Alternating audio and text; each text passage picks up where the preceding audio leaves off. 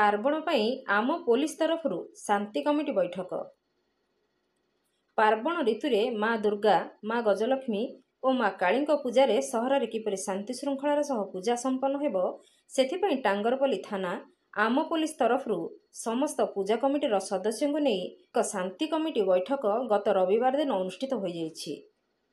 ଏହି ଶାନ୍ତି କମିଟି ବୈଠକରେ ଟାଙ୍ଗରପଲ୍ଲୀ ଥାନା ଅଧିକାରୀ ଶ୍ରୀ ନିରଞ୍ଜନ ସେଠୀ ଅଧ୍ୟକ୍ଷତା କରିଥିଲେ।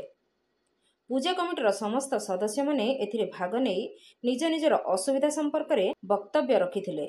ଥାନା ଅଧିକାରୀ ଶ୍ରୀଯୁକ୍ତ ସେଠୀ ସରକାରଙ୍କ ତରଫରୁ ଆସିଥିବା ନିର୍ଦ୍ଦେଶାବଳୀକୁ ପୂଜା କମିଟିର ସମସ୍ତ ସଦସ୍ୟମାନଙ୍କୁ ପଢ଼ି ଶୁଣାଇଥିଲେ ଏବଂ ଏହାକୁ ଯଥାସାଧ୍ୟ ପାଳନ କରିବାକୁ ଅନୁରୋଧ କରିଥିଲେ।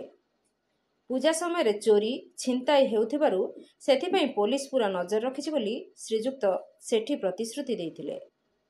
କୌଣସି ଅସୁବିଧା ହେଲେ ପୋଲିସର ସାହାଯ୍ୟ ଲୋଡ଼ିବା ପାଇଁ ଥାନା ଅଧିକାରୀ ଶ୍ରୀଯୁକ୍ତ ସେଠୀ ପୂଜା କମିଟିମାନଙ୍କୁ ପରାମର୍ଶ ଦେଇଛନ୍ତି।